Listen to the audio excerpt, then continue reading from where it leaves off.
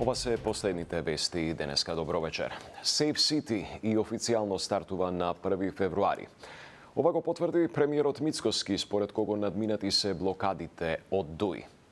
Во меѓувреме низ Скопје продолжуваат да се монтираат и дополнителни камери на местата каде што недостига, но и се поставува сообраќајна сигнализација. Таков состанок, колку што јас сум информиран во текот на вчерашниот ден се случи, бидејќи одсутен министерот за внатрешни работи од Македонија беше вклучен преку телефонски повик, беа разјаснети сите нејасни работи и очекувам законот за прекршоци веќе на следната собраниска седница да помине. Ќе повторам, тој поминува со двотретинско мнозинство без потреба од Бадинтер и од 1 февруари така наречениот безбеден град проектот да стартува. Министерството за внатрешни ги извести граѓаните дека во рамките на проектот Безбеден град во периодот од 21 вторник до 31 сабота ќе се врши тестирање, калибрација и верификација на поставените камери за сообраќаен надзор. Тестирањата ќе се реализираат секој ден во периодот од 8 до 20 часот. За време на спроведувањето на овие активности, возилата на локациите каде што се врши тестирањето нема да бидат пропуштани додека трае постапката. Во првата недела од предвидениот период, активностите ќе се спроведуваат исклучиво на локациите со поставени камери на подрачјето на градот Скопје. Ги повикуваме граѓаните и сите учесници во сообраќајот да ги почитуваат привремените ограничувања, како и да покажат разбирање, трпение и соработка со цел непречено и безбедно реализирање на планираните активности, се вели во соопштението на МВР. Вкупно 9 службени пиштоли украдени на 5 јануари од просториите на паркови Зеленило Скопје се пронајдени во автомобил Шкода Октавија, собственост на правно лице од Прилеп, при царинска контрола на граничниот премин Богородица, соопштија од обвинителството. ОЈО Евгелија донесе наредба за спроведување истражна постапка против жител на Прилеп, кој на 14 јануари го изнаемил возилото од компанијата и со него се опитал преку граница да ги пренесе полуавтоматските пиштоли, сокриени во фабричкиот простор помеѓу лимот и тапацирот на автомобилот. По сериските проеви е утврдено дека станува збор за оружјето кое претходно било украдено од службените простории на паркови Зеленило Скопје и регистрирано како службено оружје на обезбедувањето во скопското предпријатие. Јавниот обвинител до судија на претходна постапка достави предлог за определување мерка притвор за осомничениот за кривично дело неовластено изработување, држење, посредување и тргување со оружје или експлозивни материи, се наведува во соопштението од обвинителството.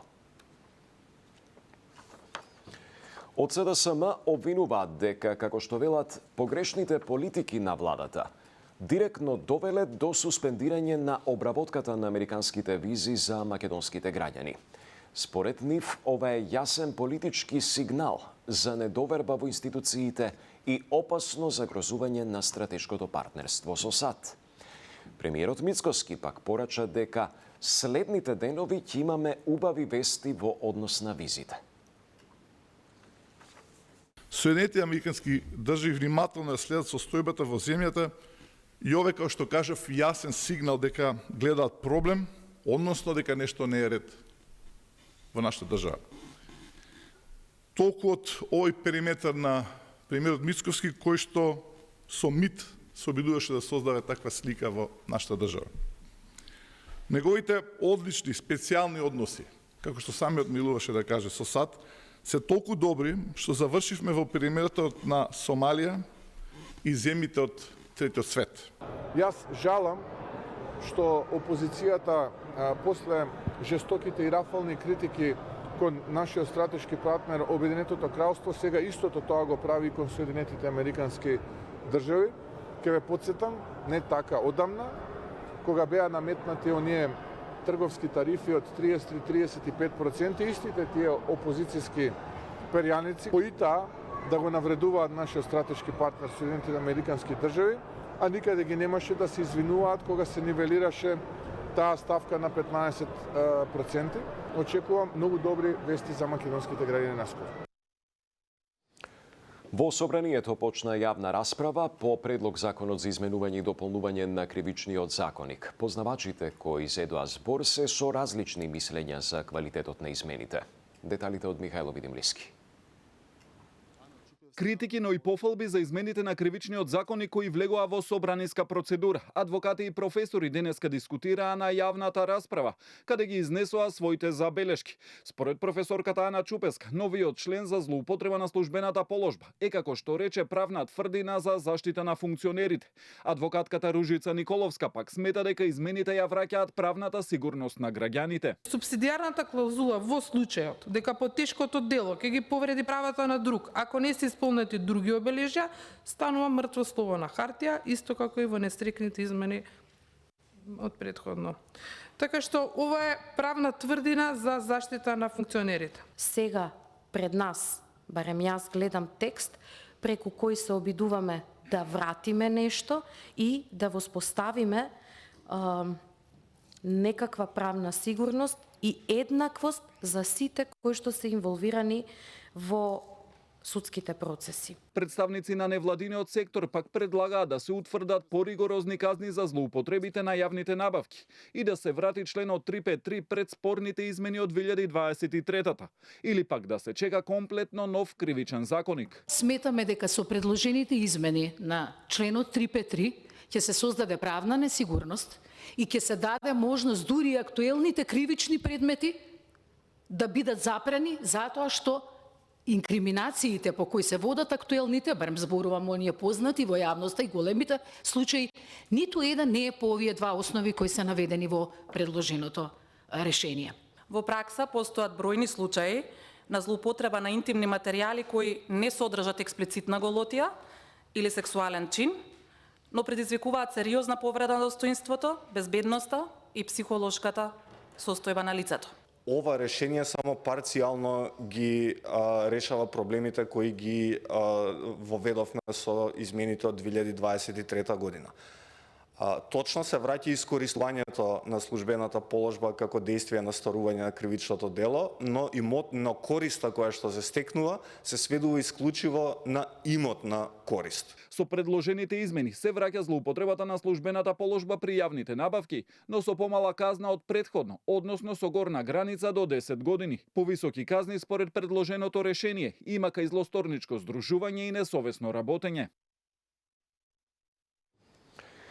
Родителите, кога ќе ги забележат првите симптоми на настинка или грип кај своите деца, да не ги носат в градинка или в училиште. Лекарите со совети како да се спречи неконтролираното ширење на сезонскиот грип.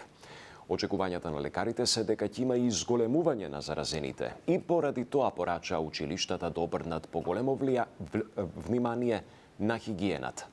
Мирјана Мирчевска-Јовановиќ.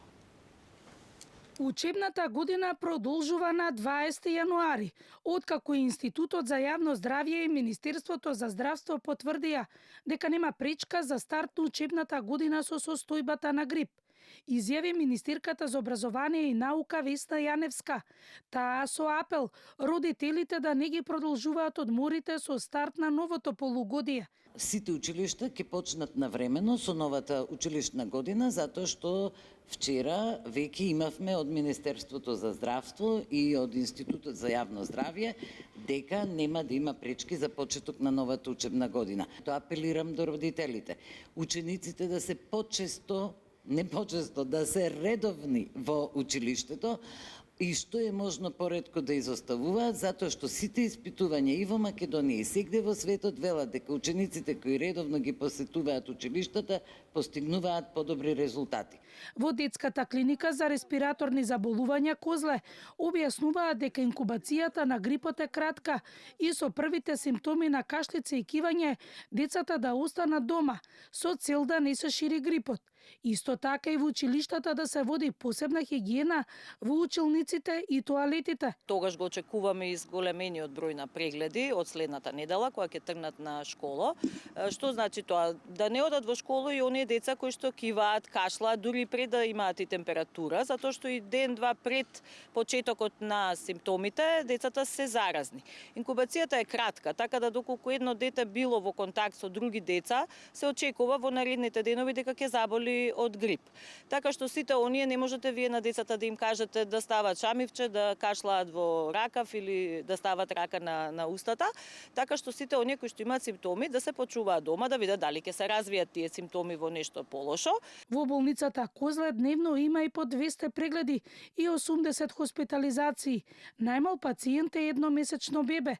И во детската клиника има по 150 прегледи, а околу 40 деца се хоспитализирани со потврден грип на инфлуенца А. Толку во вечерните вести. Пријатно.